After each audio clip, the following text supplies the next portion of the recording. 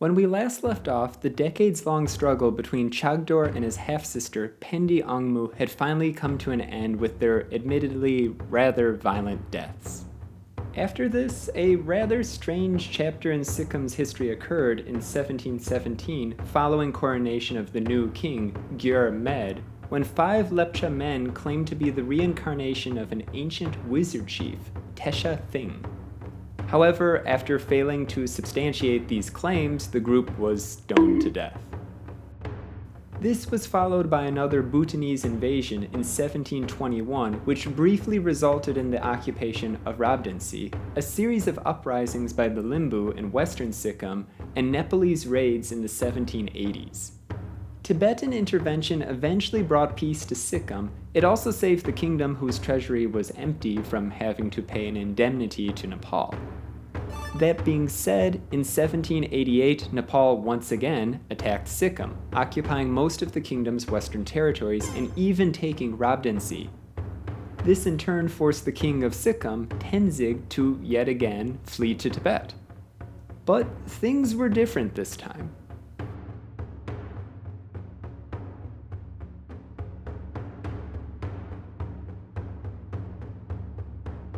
Instead of giving up the chase, the Nepalese pushed north in 1791-1792, advancing as far as Tashi Lunpo before being eventually driven back to Morong by a Tibetan force. The remainder of the 18th and early 19th century played out in a pretty similar fashion, with Nepal stripping away more and more territory from the kingdom of Sikkim. Things eventually got so bad, the capital was even moved north to Tumlong in order to safeguard it from Nepalese raids. Then, in 1814, Sikkim made a strategic alliance with the British East India Company, which itself was at war with Nepal following a series of border skirmishes. This move, somewhat expectedly, infuriated Nepal. However, the ensuing Anglo-Nepalese War saw Kathmandu, now forced to receive a permanent British representative or resident, cede a number of territories, including Sikkimese lands it had previously annexed. As per the Treaty of Tatalia, Sikkim now became a de facto British protectorate, pledging its military support to London and allowing the EIC to handle its external affairs, which, among other things, also gained the right to transport goods through the kingdom without customs duties. All things considered, the relationship with the British was to Sikkim's benefit. However, Tibet looked upon these developments with suspicion, moving its troops to Gyansi and Phari along the Sikkimese border. In 1826, Nepal backed Lepcha rebels who, after crossing the Rangit River, pushed as far as Tumlong before eventually being driven back. This was followed by a border dispute the following year. However, when Sikkim asked the British to arbitrate, they decided in favor of Nepal, and what's more, pushed King Sugfud to transfer Darjeeling to the EIC. Darjeeling, with its temperate climate, was considered a suitable location for a sanitarium and military depot. Thus, in late February 1835, the British resident in Nepal paid a courtesy visit to Sikkim. After some back and forth, the king agreed to cede Darjeeling in exchange for 3,000 rupees per year as compensation, a sum that was later increased to 6,000 rupees in 1846. The British quickly set about transforming Darjeeling, constructing extensive tea plantations from which a distinctive Darjeeling tea would later emerge, and railways that connected the territory with the North Bengal plains. Officials back in Sikkim, however, were increasingly not happy with this arrangement. All the more so as a large number of Mi Sur, a Tibetan word meaning lay people, had fled the kingdom for Darjeeling. Back in Sikkim, the Mi Sur often found themselves in a socio-economic system akin to serfdom, and if contemporary documents from the king to other Sikkimese officials regarding government rules on torture and corporal punishment are to be believed, abuse of the Mi Sur was rather widespread. Sikkim would eventually demand the return of Mi Sur and Darjeeling, now considered criminals for having fled the kingdom, a demand the British flatly refused, believing their treatment tantamount to slavery. In response, Sikkim refused to return criminals to the British that sought refuge in the kingdom. Things came to a head in 1849-1850 when a British botanical survey group that had been given permission to enter Sikkim was nonetheless detained by the kingdom's Dewan, a powerful government official who, in exchange for the survey group's release, demanded the British return all Mi Sur still in Darjeeling. When this became known to Sugfud, "What? The king ordered his men to immediately release the British. However, the damage had already been done, and as a result of the incident, the British seized territory near Rangat. However, British regional influence was challenged in wake of Colman Macaulay's mission to Tibet in 1884. Macaulay set off that October, having convinced Secretary of State for India, Lord Randolph Churchill, that an untapped market for British textiles and tea existed in Tibet. He was to first travel to Sikkim and then onward through the Lanchan Valley to Usang. There was just one small problem, though. Sikkim's king, Thutab, was not actually in Sikkim. Rather, he had spent the last 2 years in Tibet and refused to travel to Darjeeling to meet with British representatives. For its part, Tibet perceived Macaulay's mission as pretext for invasion and moved forces through the Jalepla Pass, occupying parts of northern Sikkim. Hoping to de-escalate the situation, Macaulay's mission was called off, but instead of withdrawing, Tibetan forces in Sikkim began to fortify their positions. An ultimatum was given for Tibetan forces to withdraw by March 15th, but when this failed, a British military expedition was dispatched to Sikkim. After having to retreat from Jalek and Lingtu, the Tibetans regrouped and attacked the British at Nathong. This operation failed as well, though, and Tibetan forces withdrew to the Chungpi Valley, where they began fortifying mountain passes. Following some minor skirmishes, the Tibetans made another move on Nangthong, while the British reinforced Gangtok. Military operations basically stalled after this, and with the signing of the Convention of Calcutta in March 1890, the border between Sikkim and Tibet was demarcated. I would say clearly demarcated, but the ongoing territorial dispute over Doklam would prove me wrong there. Anyway, fast forward a few decades, and notwithstanding 2 world wars, India became an independent dominion within the British Commonwealth of Nations following the Indian Independence Act of 1947, which also partitioned the subcontinent. Then, in January 1950, with the adoption of a constitution, India became an independent republic.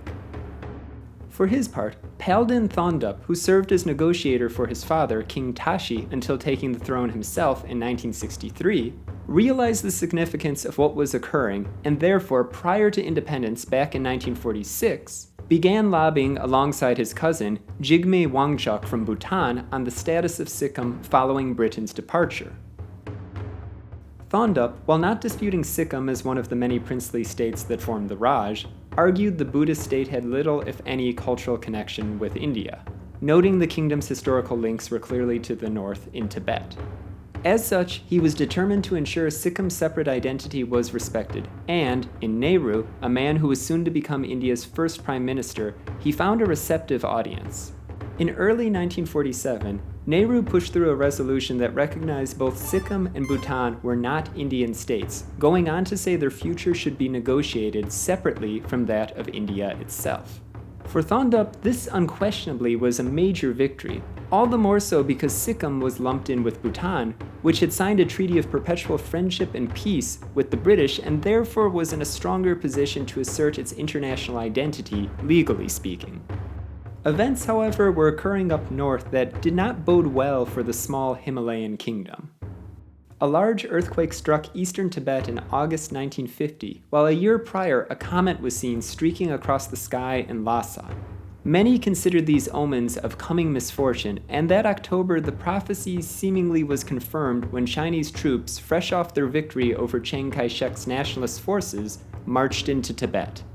This had not been unforeseen by Nehru's government, and some had pushed for India to maintain the British policy of de facto Tibetan independence, thereby giving New Delhi a buffer with Mao Zedong's newly declared People's Republic of China.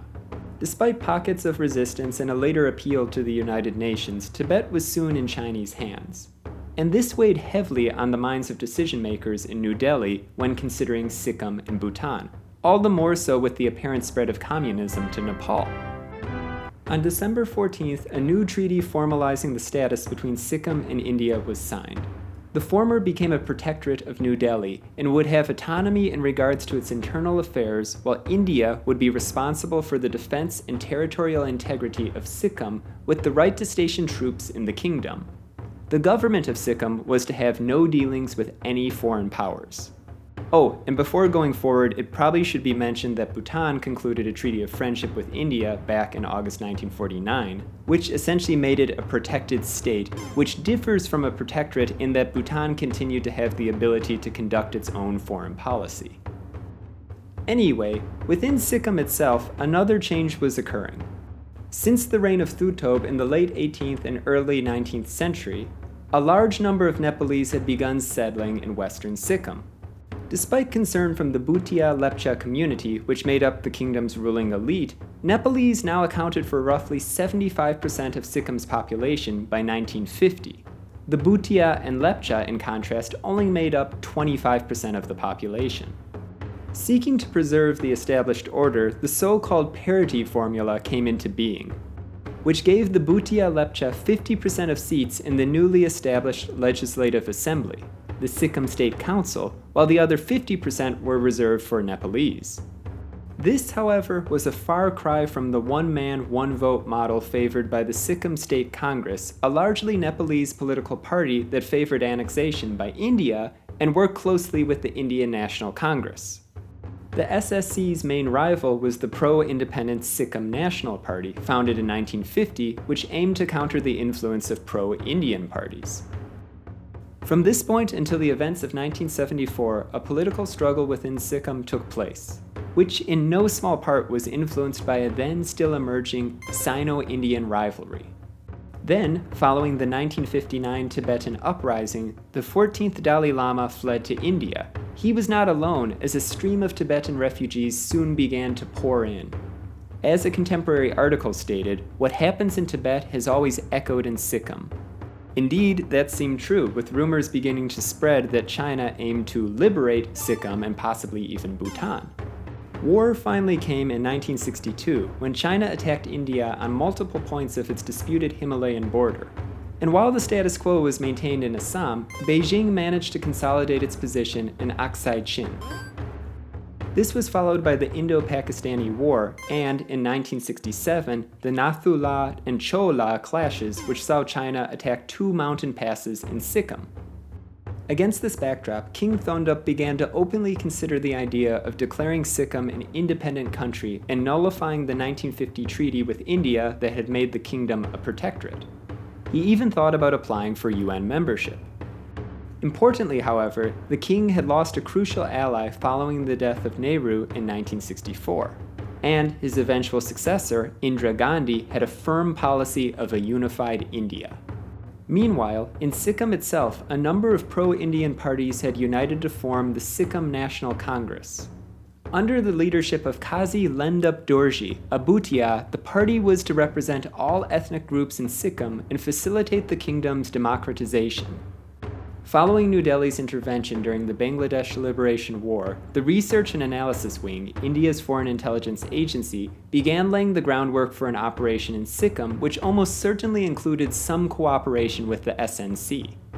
Then, in 1973, a crowd of some 5,000 to 6,000 protesters gathered in the capital on the king's 50th birthday. Thondup, despite likely being able to hear gunfire from the nearby market, decided the celebration should go ahead as planned.